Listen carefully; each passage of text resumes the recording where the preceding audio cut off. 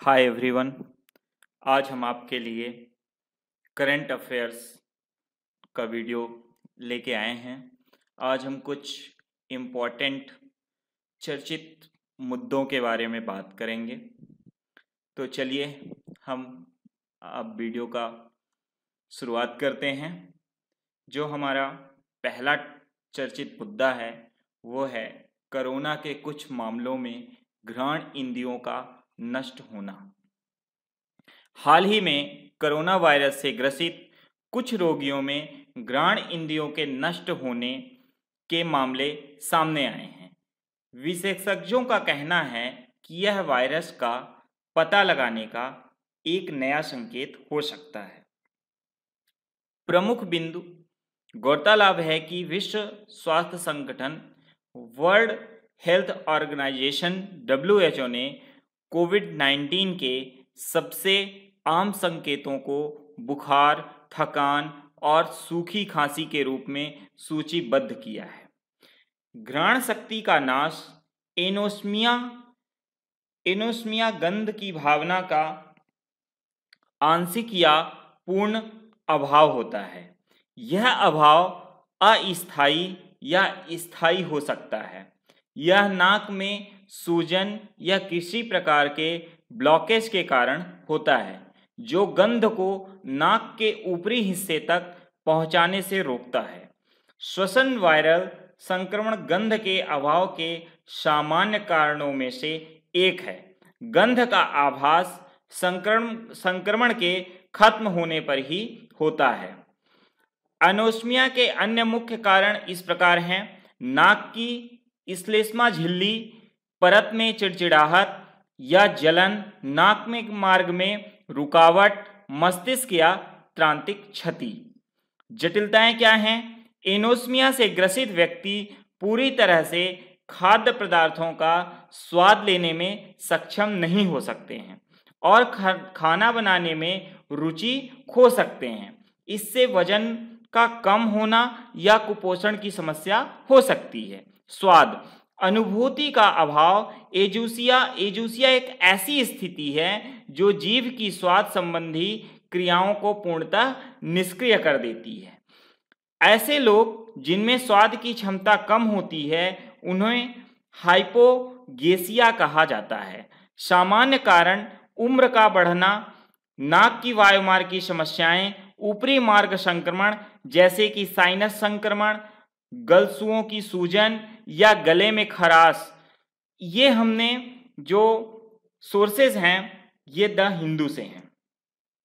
अब हम बात करते हैं, अगला टॉपिक है कोविड-19 के लिए एंटीबॉडी किट।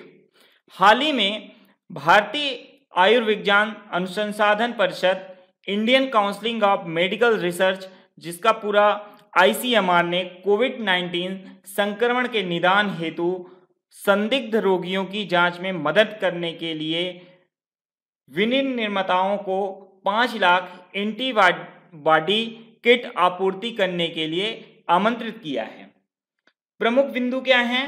कोविड-19 के परीक्षण के लिए एंटीबॉडी परीक्षण एक स्क्रीनिंग प्रक्रिया के रूप में कार्य करेगा जो कुछ घंटों में ही त्वरित परिणाम देगा। एंटीबॉडी परीक्षण वायरस के कारण शरीर में होने वाली प्रतिक्रिया का पता लगाता है। यह एक संकेत देता है कि व्यक्ति वायरस के संपर्क में आया है या नहीं। यदि परीक्षण सकारात्मक है तो स्वाब एकत्र किया जाता है और polymerase chain reaction PCR kit का उपयोग करके एक राइबोन्यूक्लिक एसिड RNA परीक्षण किया जाता है। इसलिए यह परीक्षण 2 चरणों में संपन्न होता है। हालांकि एंटीबॉडी परीक्षण यह निश्चित रूप से संकेत नहीं देता है कि कोई व्यक्ति कोविड-19 संक्रमण से संक्रमित है या कि नहीं। इसका उपयोग मात्र एंटीबॉडी किट बनाम RT-PCR टेस्ट परीक्षण RNA से संबंधित वायरस आनुवंशिक सामग्री का पता लगाता है, जबकि एंटीबॉडी परीक्षण वायरस से संबंधित शरीर की प्रतिक्रिया का पता लगाता है।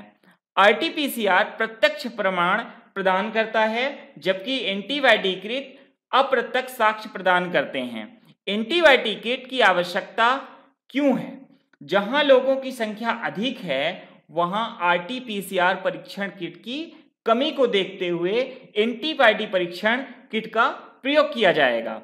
RT-PCR परीक्षण अत्यधिक जटिल, महंगा तथा अधिक समय लेता है, जिससे जांच में तेजी नहीं आती है। परिणामतः संक्रमण का खतरा बढ़ जाता है। दक्षिण कोरिया जैसे कुछ देशों में एंटीबायोटिक परीक्षण का प्रयोग किया गया था, जिसके सकारात्मक परिणाम आए थे। दक्षिण कोरिया में यात्रा करने एवं सामूहिक संपर्क में आने वाले लोगों की जांच के लिए एंटीबायोटिक किट का प्रयोग किया जा रहा है। दक्षिण कोरिया में एंटीबायोटिक किट का प्रयोग करके बड़ी संख्या में संदिग्ध मरीजों को संपर्क अनुरेखण द्वारा खोजा जा रहा है। संपर्क अनुरेखण संक्रमित व्यक्तियों से अन्य लोगों में वायरस के प्रसार को रोकने के लिए लोगों की पहचान करने, आकलन करने और उन्हें प्रबंधित करने की प्रक्रिया है। राइबोन्यूक्लिक एसिड RNA सभी जीवित कोशिकाओं में पाया जाता है। यह DNA से निर्देश लेता है जो प्रोटीन के संश्लेषण को नियंत्रित करता है। यह मुख्य रूप से प्रोटीन संश्लेषण का कार्य करता है। DNA से ही RNA का संश्लेषण होता है। यह DNA के निर्देशों द्वारा नियंत्रित होता है, जिसमें जीवन के विकास एवं रखरखाव के लिए आवश्यक आनुवांशिक निर्देश शामिल होते हैं। कुछ वायरस में DNA के बजाय RNA आनुवांशिक सूचना का वहन करता है। इसका जो सोर्स है वो इंडियन एक्सप्रेस से है। अब हम अगला टॉपिक है हमारा जुम्बा शांति वार्ता। 25 मार्च 2020 को दक्षिण सूडान की राजधानी जुम्बा में अपने देश की सरकार और विद्रोही समूहों के बीच शांति वार्ता के दौरान सूडान के रक्षा मंत्री जमाल एंडिन उमर इब्राहिम का निधन हो गया। मुख्य बिंदु क्या था कि उमर सूडान की संप्रभु परिषद के सदस्य से, जिसने पिछले वर्ष देश में सैन्य और लोकतंत्र समर्थक आंदोलन के बीच 39 महीने के सत्ता साझा करने के समझौतों के तहत सत्ता संभाली थी। इस आंदोलन ने पूर्व तानाशाह राष्ट्रपति उमर अल बशीर के खिलाफ विद्रोह का नेतृत्व किया था। सूडान सरकार वर्ष 2019 से विद्रोही समूहों के साथ शांति वार्ता को सफल बनाने का प्रयास कर रही है। इस शांति वार्ता का आयोजन दक्षिण सूडान की राजधानी जुम्बा में किया जा रहा है, जिसका उद्देश्य सूडान में राजनीतिक स्थिरता लाना है तथा राष्ट्रपति उमर अल बशीर के सैन्य शासन को समाप्त करने के बाद राष्ट्र में लोकतंत्र की स्थापना करने में मदद करना है। सूडान में हुए कई विद्रोह में हजारों लोग मारे गए, जिसमें पश्चिमी सूडान का दारफुर क्षेत्र प्रमुख है। इसी क्षेत्र में 2000 के दशक की शुरुआत में उमर अल बशीर ने क्रूरतापूर्वक नागरिकों का दमन किया था, जिसके कारण अंतर्राष्ट्रीय न्यायालय ने युद्ध अपराध एवं नरसंहार के आरोप पर उमर अल बशीर को दोषी ठहराया है। अब बात करते हैं सूडान की। राजनीतिक घटनाक्रम 1 जनवरी 1956 को ब्रिटिश और मिस्र से आज़ादी मिलने के बाद सूडान में सत्ता को लेकर संघर्ष शुरू हो गया।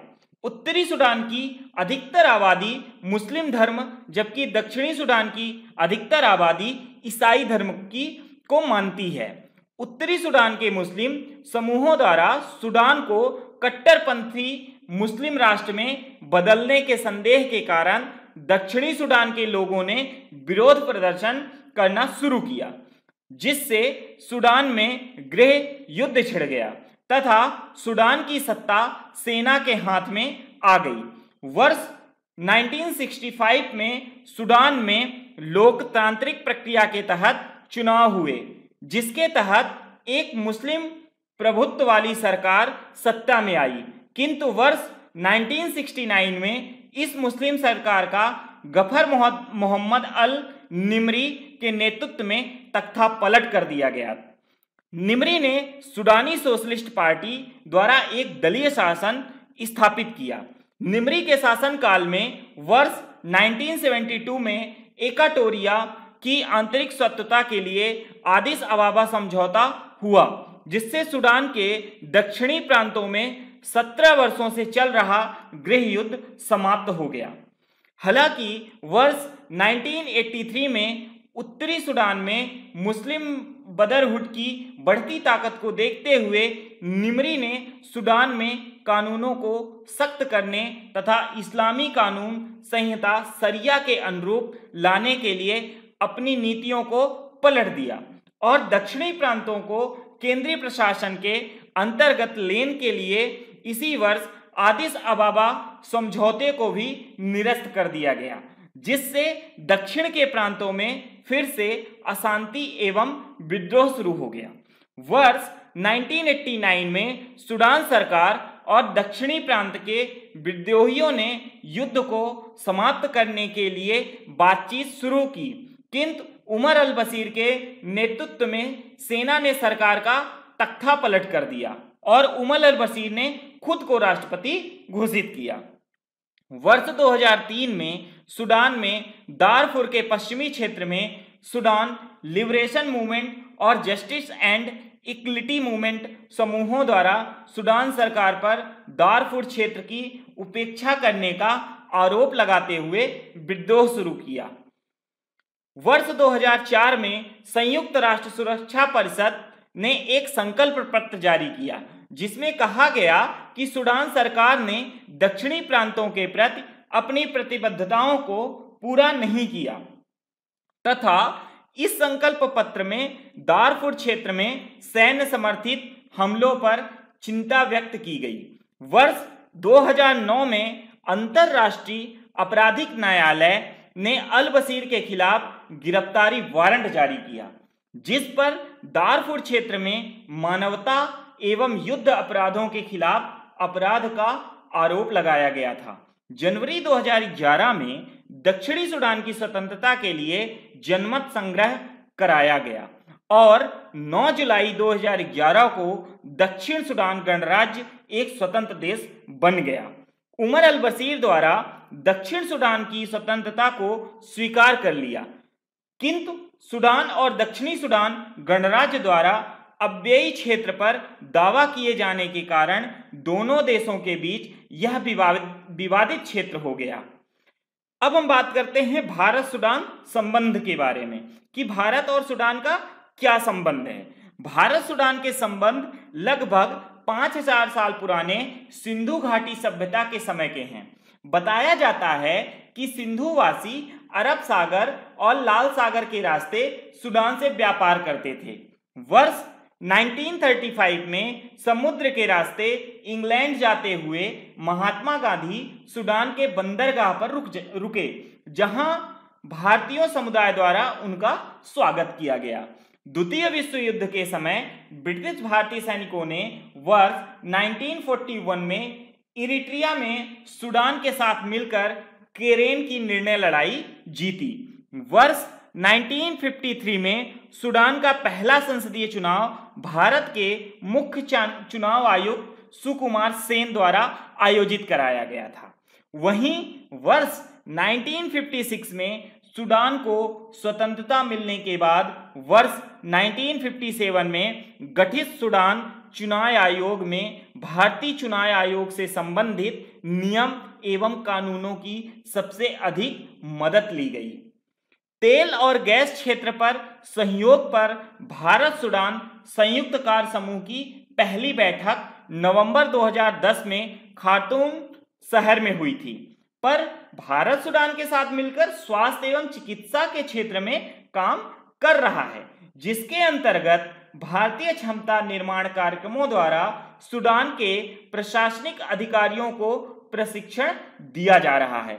इसके अलावा सस्ते चिकित्सा उपचार का लाभ उठाने के लिए भारत सूडान के लिए प्रमुख गंतव्य स्थान बन गया है। सूडान भौगोलिक परिदृश्य सूडान पूर्वी मध्य अफ्रीका में स्थित है। यह उत्तर में मिस्र, उत्तर पूर्व में लाल सागर, पूर्व में इरिट्रिया एवं इथियोपिया, दक्षिण में दक्षिण सूडान गणराज्य, दक्षिण पश्चिम में मध्य अफ्रीकी गणराज्य, पश्चिम में चाड और उत्तर पश्चिम में लीबिया से घिरा हुआ है। अल्जीरिया और पूर्वी कांगो के बाद सूडान अफ्रीकी महाद्वीप का तीसरा सबसे बड़ा देश है।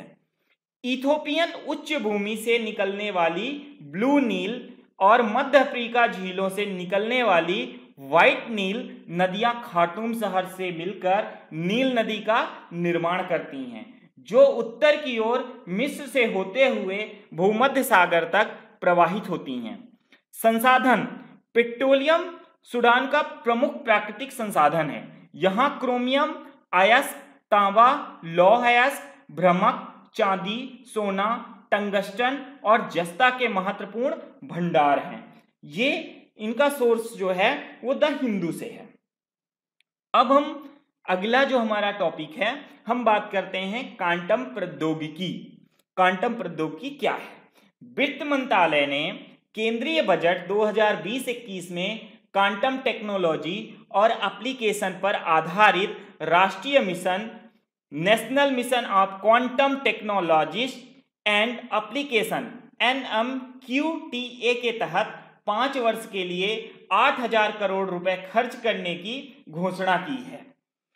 प्रमुख बिंदु: इस मिशन के तहत क्वांटम कंप्यूटिंग से जुड़े तकनीकों को विकसित करना एवं भारत को अमेरिका और चीन के बाद इस क्षेत्र में दुनिया का तीसरा सबसे बड़ा देश बनाना है। क्वांटम टेक्नोलॉजी से न केवल अल्ट्रा फास्ट कंप्यूटिंग क्षमताएं बढ़ेंगी, बल्कि इसके रणनीतिक और आर्थिक फायदे भी होंगे। बजट में नई घोषणा से संसाधन समस्या को ठीक करने में बहुत मदद मिलेगी, लेकिन संपूर्ण विश्व उच्च गुणवत्ता वाली जनशक्ति की कमी से अभी भी जूझ रहा है। क्वांटम कंप्यूटिंग क्वांटम प्रौद्योगिकी क्वांटम यांत्रिकी के सिद्धांतों पर आधारित है, जिसे 20वीं सदी की शुरुआत में प्रकृति में छोटे परमाणुओं और कणों का वर्णन करने के लिए विकसित किया गया था। इस क्रांतिकारी तकनीकी ने पहले चरण में भौतिक दुनिया के प्रकाश और पदार्थ के बारे में हमारी समझ विकसित की है।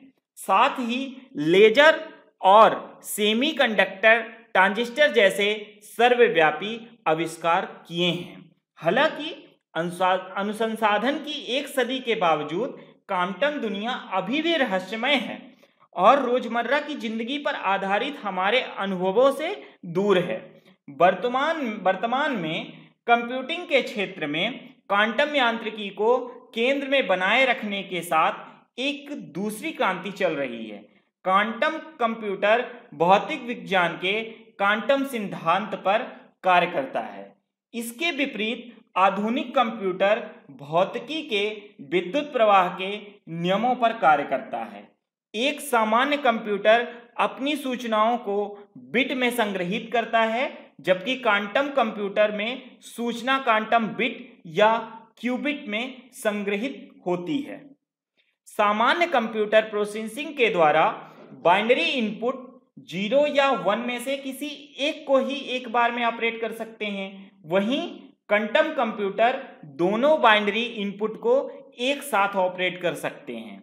100 क्यूबिट से कम की क्षमता रखने वाला क्वांटम कंप्यूटर किसी बहुत अधिक आंकड़े वाले उन समस्याओं को भी हल कर सकता है जो किसी आधुनिक कंप्यूटर की क्षमता से बाहर है। क्वांटम कंप्यूटर को किसी बड़े वातानुकूलित सर्वर रूम में रखा जाता है, जहां कई सेंट्रल प्रोसेसिंग यूनिट को स्टैक में रखा जाता है। क्वांटम प्रौद्योगिकी के अनुप्रयोग: सुरक्षित संचार अनुसंधान, आपदा प्रबंधन, औषधि क्रांति 4.0 को संवर्धित करना भारत के संदर्भ में चुनौतियां। विश्व स्तर पर इस क्षेत्र में अनुसंधान लगभग 2 दशक से चल रहा है, लेकिन भारत में केवल 5 वर्षों से कुछ ही संस्थानों में गंभीर प्रयोगात्मक कार्य हो रहे हैं। भारत इस क्षेत्र में पर्याप्त संसाधनों, उच्च गुणवत्ता वाली जनशक्ति और समयबद्धता की कमी से जूझ रहा है। क्वांटम कंप्यूटर में प्रयोग होने वाले क्यूबिट को क्रायोजेनिक तापमान पर ही स्थिर रखा जा सकता है, इसलिए इसका रखरखाव एक बड़ी चुनौती है। क्वांटम कंप्यूटर को तैयार करने में अत्यधिक विकसित तकनीकी तथा भारी निवेश की आवश्यकता होती है।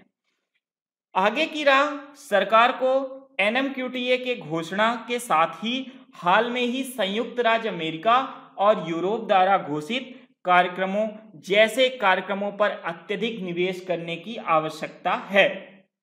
हालांकि क्वांटम प्रौद्योगिकी से जुड़ी चुनौतियों का तत्काल समाधान करने की आवश्यकता है, जैसे क्वांटम कंप्यूटिंग से संबंधित मुद्दों और इसे जल्दी से पूरा करने हेतु संस्थानों और वैज्ञानिकों को एक साथ मिलकर काम करने की आवश्यकता है। इसका सोर्स है द हिंदू।